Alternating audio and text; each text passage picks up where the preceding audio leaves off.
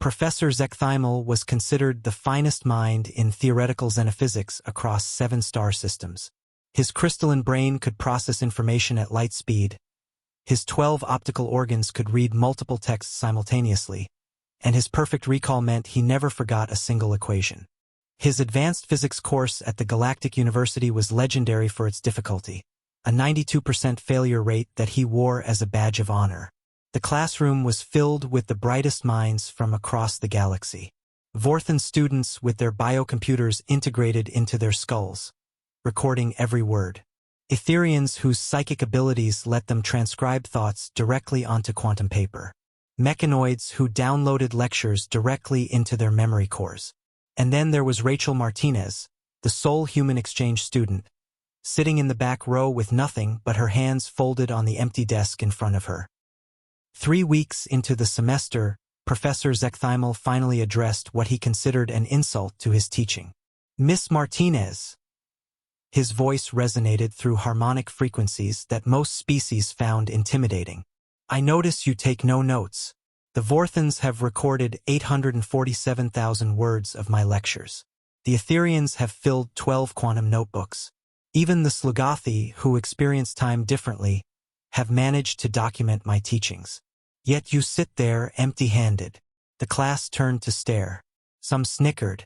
The human girl was clearly overwhelmed, too proud to admit she couldn't keep up with superior intellects. Rachel stood slowly, her expression calm. "Professor, may I ask you a question first?" Zechthymel's optical organs swiveled in irritation. "If you must. In your lecture on quantum field fluctuations last week, you stated that the Heisenberg uncertainty principle applies universally. But wouldn't that conflict with your earlier assertion about determinate particle positions in collapsed wave functions?" The professor paused. He had indeed made both statements, 16 days apart, buried in different contexts. Furthermore, Rachel continued, when you explained temporal dynamics, you used the Vorthan model of linear time, but your mathematical proofs relied on the Etherian circular time equations. The two are incompatible unless you account for a third variable you never mentioned. Silence descended. The Vorthans quickly reviewed their recordings. She was right. "How do you remember?" Zechthymel began. "I don't just remember, Professor. I think."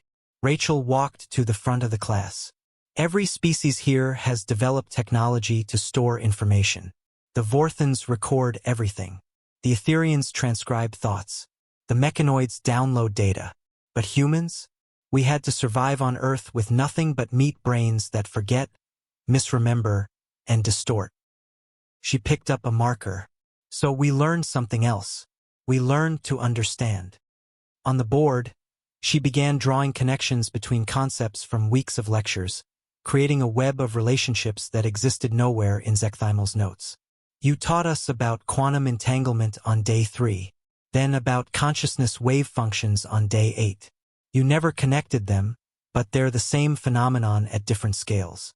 Here's the proof." Her hands moved quickly, writing equations not from memory but deriving them in real time from core principles. "The Vorthans recorded your words about exotic matter, but did they notice you contradicted yourself 4 times? Did they realize those contradictions weren't errors but a pattern pointing to a 5th-dimensional solution?" The Vorthan students frantically reviewed their recordings. The contradictions were there, but none of them had noticed. "Humans can't record everything, so we learn to filter. We can't store infinite data, so we learn to compress ideas into principles. We forget details, so we focus on patterns. Every weakness of our biology forced us to develop something your species never needed. Understanding over memorization, synthesis over storage, creativity over recall." She turned to face the class. "I have no notes because I'm not here to copy Professor Zechthymel's knowledge. I'm here to surpass it. While you were all documenting his theories, I was finding their flaws. While you recorded his equations, I was deriving better ones. While you memorized his answers, I was discovering new questions." The board was now covered with interconnected concepts that revealed gaps in the professor's teaching, new theorems that emerged from synthesis, and questions that no one had thought to ask. "This," Rachel gestured to her work, isn't in any of your notes because it didn't exist until I thought it. That's what humans do. We can't compete with your storage capacity or processing speed. But we can do something you can't. We can imagine what isn't there. Professor Zechthymel studied the board, his 12 optical organs taking in the elegant solutions to problems he hadn't even realized existed. For the first time in his career, a student hadn't just learned from him but had taught him. "Class dismissed," he said quietly. "Except you, Miss Martinez. We need to discuss you teaching next semester's course." The room emptied in stunned silence, leaving the professor and the human girl who took no notes because she was too busy thinking.